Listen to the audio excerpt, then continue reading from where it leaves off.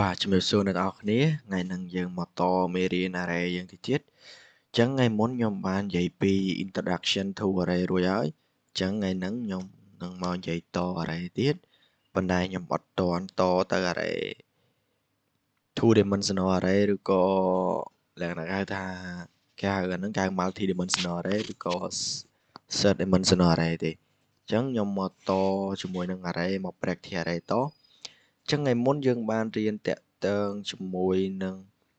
ការ initialize array ការប្រើប្រាស់ array input output array អញ្ចឹងថ្ងៃហ្នឹងខ្ញុំមកធ្វើ practice លេងៗដើម្បីឲ្យអ្នកស៊ាំជាមួយ array បន្ទាប់មកចាំយើងទៅរៀន array multi និង third អញ្ចឹងខ្ញុំបង្កើត main.cpp មួយមកបន្ទាប់មកទៀតខ្ញុំទៅសេ include iostream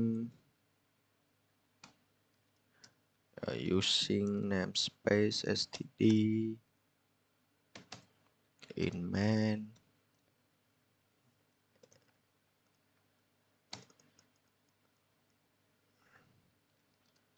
ចុះ meta file យើងខុសអញ្ចឹងថ្ងៃហ្នឹងខ្ញុំនឹងមកធ្វើការរើកតម្លៃធំតូចហើយនឹងបូកវាបញ្ចូលគ្នាអញ្ចឹងខ្ញុំប្រកាស array មួយមកអញ្ចឹងអ្នកទាំងអស់គ្នាយល់ទេអំពីការ initialize array អញ្ចឹងឧទាហរណ៍ថាខ្ញុំចង់ចំណុចកូដអញ្ចឹង in នេះគេ in number ខ្ញុំដាក់ឥឡូវខ្ញុំដាក់តម្លៃវា5តម្លៃចុះទាំងអស់គ្នាយ៉ាតមកទៀតអាយ៉ាគេអាំងខ្ញុំ initialize វាមកទៅ1 2 3 4 5អីចឹងតាយ៉ាតមកទៀតខ្ញុំរើតម្លៃធំជាងអញ្ចឹងបើខ្ញុំចង់រើតម្លៃធំជាងខ្ញុំត្រូវធ្វើម៉េចទាំងអស់គ្នាអញ្ចឹងខ្ញុំទៅសេលក្ខខណ្ឌមកអញ្ចឹងខ្ញុំ for for loop for in I អត់ទេអាហ្នឹងអត់គេប្រើ for ទេបងប្អូនអញ្ចឹងគេប្រើ if អញ្ចឹង if អីគេអញ្ចឹងអ្នកនរចាំថាដើម្បីរើតម្លៃធំជាងគេនៅក្នុង array maximum យើងត្រូវ compare អញ្ចឹងយើងត្រូវ compare លេខ1និងលេខ2ហ្នឹងអាណាធំជាង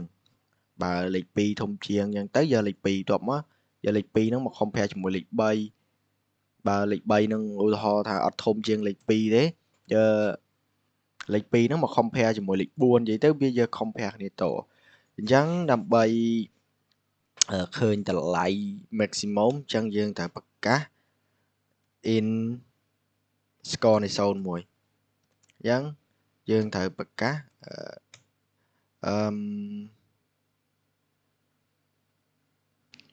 គេអ្នកនរគ្នា in number នៃ0អញ្ចឹងបន្ទាប់មកទៀតយើងត្រូវយកប៉ះសិនបើ number នៃ0ហ្នឹងយ៉ាប៉ះសិនបើ number នៃ0ហ្នឹងវាប៉ះសិនបើ number នៃ0ហ្នឹងយ៉ាត្រូវហើយប៉ះសិនបើ number នៃ0ហ្នឹងអត់ទេអ្នកនរគ្នាចាំ plate ខ្ញុំមានអារម្មណ៍ថាខ្ញុំធ្វើខុសតោះតអ្នកនរគ្នាតាមពិតខ្ញុំធ្វើខុសមែនអញ្ចឹងយើងត្រូវប្រកាសឧទាហរណ៍ maximum នឹងស្មើ0អញ្ចឹងខ្ញុំត្រូវមាន for each បើយើងអត់ប្រើ for each យើងអត់បើយើងអត់ប្រើ for loop យើងអត់ដឹងថាវា compare មែនអញ្ចឹងឧទាហរណ៍ខ្ញុំប្រើ for number អីយ៉ាច្រឡំ for in number ចុច2 number តមកទៀតយើងដាក់លក្ខខណ្ឌអញ្ចឹងបើសិនជា number របស់ខ្ញុំហ្នឹងតូចជាង maximum អញ្ចឹង max ខ្ញុំស្មើ number max ខ្ញុំមកស្មើ number យ៉ាតមកទៀតខ្ញុំ CI number ខ្ញុំមកthe largest number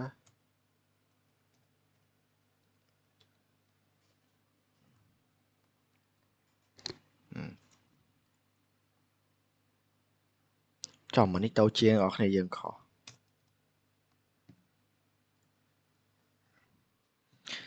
ខ្ញុំ system CLS មួយបងប្អូនចាំខ្ញុំបញ្ចូលតាមក្រោយ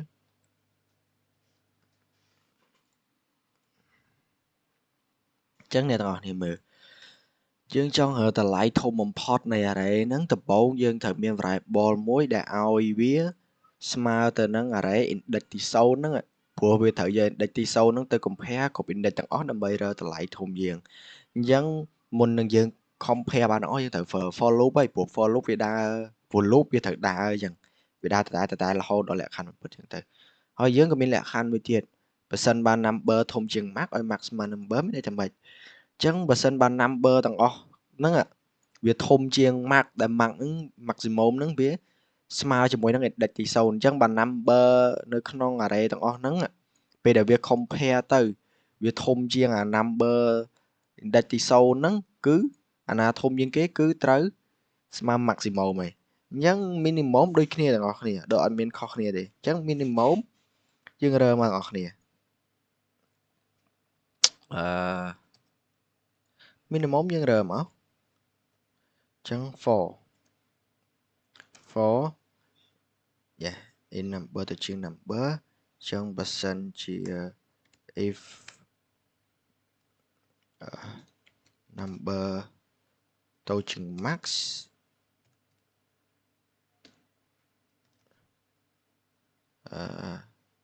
អត់ទេ in មួយទៀតអស់នេះចឹងទៅក្រោយអញ្ចឹង in min ស្មើ number នៃ0អញ្ចឹងខ្ញុំប្រើមកអញ្ចឹងបើសិនជា number ហ្នឹងទៅជាង min អញ្ចឹង min ស្មើ number យ៉ាតមកទៀតខ្ញុំស៊ីឲ្យមក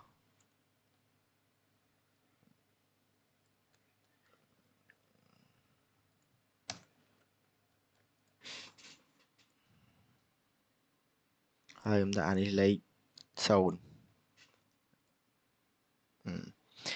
ចឹងទាំងអស់គ្នាមើល min វាអត់ខុសគ្នាទេបើសិនជាយើងចង់ប្រៀបធៀប minimum អញ្ចឹងយើងប្រកាស minimum មួយមកឲ្យវាស្មើជាមួយនឹង index ទី0ដូចគ្នាអញ្ចឹងនៅនេះយើងប្រើ for each ដូចគ្នា compare ដូចគ្នាគាត់ថាហ្នឹងគេ compare ថាចេះបើសិនជា number ទាំងអស់ហ្នឹងនៅក្នុង array ទាំងអស់ហ្នឹងលេខនៅក្នុង array ទាំងអស់ហ្នឹងបើសិនជាវាទៅជាង minimum មានន័យថាវាទៅជាងរបស់ដែលនៅក្នុងហ្នឹងរបស់ដែលយើង compare ហ្នឹងគឺ min ហ្នឹងគឺស្មើ number ហ្នឹងហើយព្រោះថានៅពេលដែលយើង compare យើងឲ្យ number ស្មើដូចអញ្ចឹង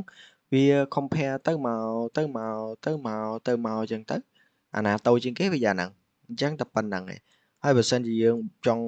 បូកតម្លៃនៃពីរចំនួនចូលគ្នាទៀតយើងបូកមកទាំងអស់គ្នាយើងប្រកាសមួយទៀតមក in sum ស្មើ0អញ្ចឹងបើសិនជា sum ស្មើ0យើងបូកមកអញ្ចឹង for ទៀតខ្ញុំចូលចិត្តប្រើ for each ទាំងអស់គ្នាវាខ្លីអ្នកនរគ្នាមើល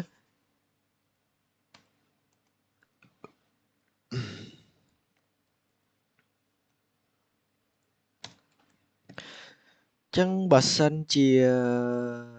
នេះកន្លែងនេះអ្នកទាំងអស់គ្នាអាចប្រើអញ្ចេះបានដែរ sum ស្មើ sum បូក number ប៉ុន្តែខ្ញុំអត់ចង់ប្រើអញ្ចឹងទេប្រើទម្រង់ក្រោមវាខ្លីជាងអញ្ចឹងអ្នកទាំងអស់គ្នាមើលអញ្ចឹងបើយើងចង់បូកក៏មានអីទាំងអស់គ្នាប្រកាស variable sum មួយមកវាស្មើ0ទៅបើជាលេខគុណវាស្មើ1ទៅគុណពី1បើ0វាបូកពី0ទៅបន្តមកទៀត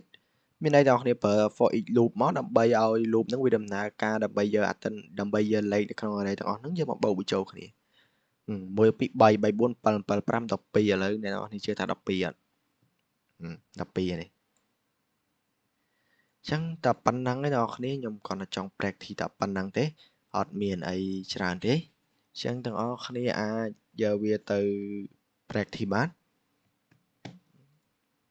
ឥឡូវខ្ញុំធ្វើតែប៉ុណ្្នឹងនេះចាខ្ញុំបង្កើតវីដេអូមួយទៀតតាក់ទងជាមួយនឹង print event odd normal order reverse order អញ្ចឹងទៅអរគុណអ្នកនរគ្នាជំរាបលា